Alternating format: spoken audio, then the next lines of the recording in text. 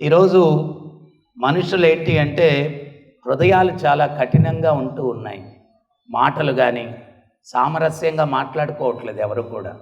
Main ఏంటి అంటే మాటల దగ్గర నుంచి అన్నీ మొదలవుతాయి. ఇప్పుడు ఫర్ ఎగ్జాంపుల్ చిన్న ఎగ్జాంపుల్ ఇస్తాను. హస్బెండ్ వచ్చాడు ఇంటికి, భార్య అంటుంది, ఏమండి కూరగాయలు తెమ్మన్నాను, తెల్లదేంటండి మీరు? ఏమే ఏంటి పనులు ఉన్నాయి ఆఫీస్లో, 24 గంటలు నీ కూరగాయలు కోలే.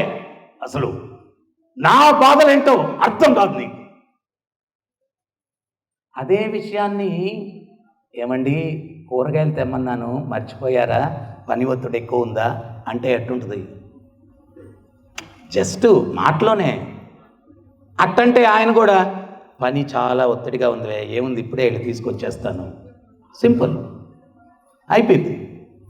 మరి అట్లా జరగదే. కారణం ఏంటి అంటే ఇక్కడ చాలా హార్డ్గా ఉంది హార్ట్. ఆ హార్ట్ను సాఫ్ట్ చేసుకునేదానికి ఒక సూత్రం చెప్తాను ఇప్పుడు నీకు నేను. ఒకసారి హనుమంతుడు పుట్టి 7 రోజులైందంట. 7 రోజులైందంట. అంజనాదేవి స్నానం చేయించి చక్కగా బట్టలు వేసి అలంకరణ చేస్తుందంట. ఉన్నట్టుండి చక్కటి కీర్తన వినిపించిందంట. మంచి కీర్తన వినిపించిందంట. కీర్తన వినిపిస్తే హనుమంతుల వారు అన్నారంట, అమ్మా ఎక్కడి నుంచి ఆ కీర్తన అని చెప్పి అన్నారంట. అంటే దేవర్షి నారదముని ఆయన పాడుతున్నాడు నాయన అని చెప్పిందంట అంజనాదేవి.